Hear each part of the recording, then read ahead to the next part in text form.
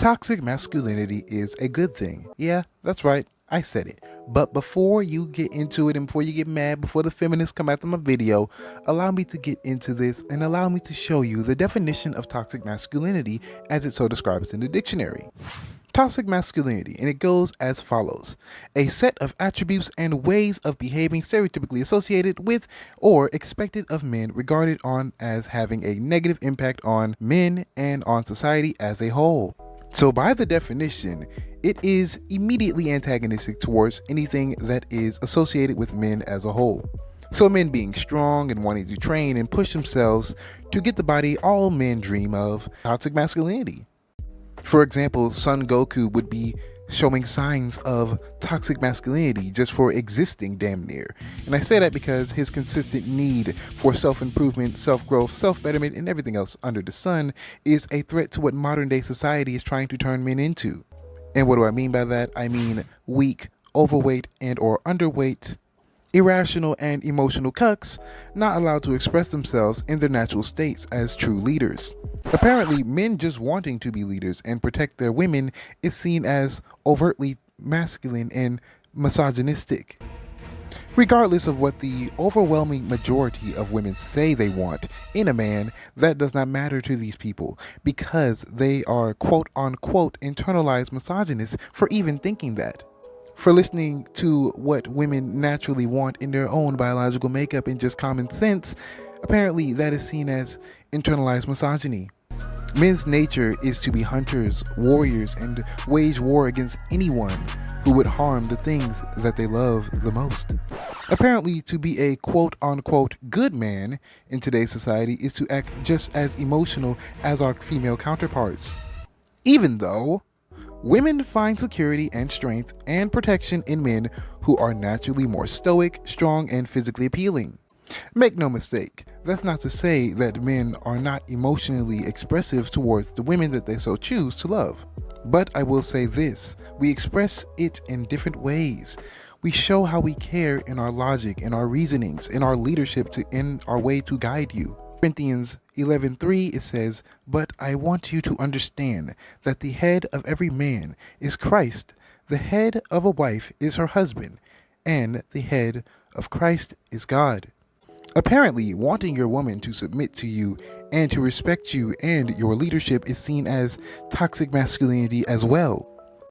Ephesians 5:33 goes as follows: "However, let each one of you love his wife as himself, and let the wife see that she respects her husband."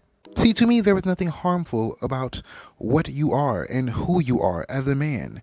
Your competitive nature and your aggressive nature on a genetic level is not a flaw.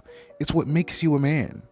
If you want to take the world by its horns and conquer it, that is not a flaw that is inherently wrong with you. Being the best you are at what you do and taking pride in the fact that you are good at it is a net positive as a man. The man you want to become, the warrior, train and you will be better physically and mentally. The reason why so many men are unhappy is because men are not allowed to express themselves. And the reason why men are so insecure is because when you look at it on its face, men who are insecure about the women they are dealing with is because they know in their hearts that they lack certain qualities and attributes and aspects that let their woman not even bother looking at other men.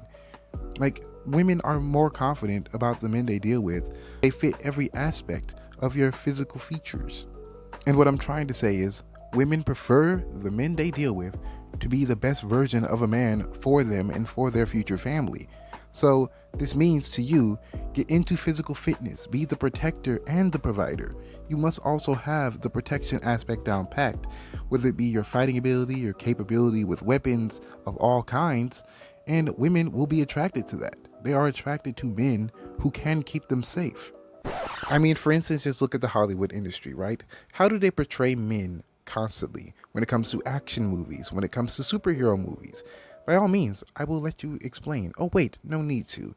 They are always physically imposing, in shape, and more importantly, secure about their trueness, secure about their masculinity, and they are not ashamed that they are men. Now, in recent times, this media has been trying to portray men in the weakest version of themselves. You have people crying on camera and crying in their YouTube videos as men, expressing themselves overly emotional in a very, well, quote unquote, positive light. I make this video now because I care. I make this video because I see there is a problem, and I see that the only way out is for men to be true to themselves. Do not be ashamed of who you are and what you are. Practice restraint, self-control, and emotional control. Master your stoic nature. Do not be prone to outbursts of anger or sadness.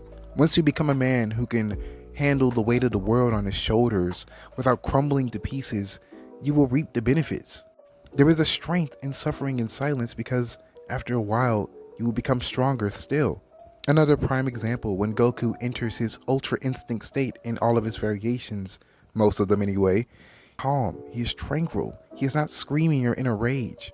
Take the moral arc, for example, when a fellow comrade, warrior, and friend fell in his very eyes, he was ready to give in to his emotions, to give in to his more irrational side, and to give in to his anger. But he kept himself calm and controlled, and he grown exponentially in power because of that. Which is why I hate you, Ultra Instinct, fight me.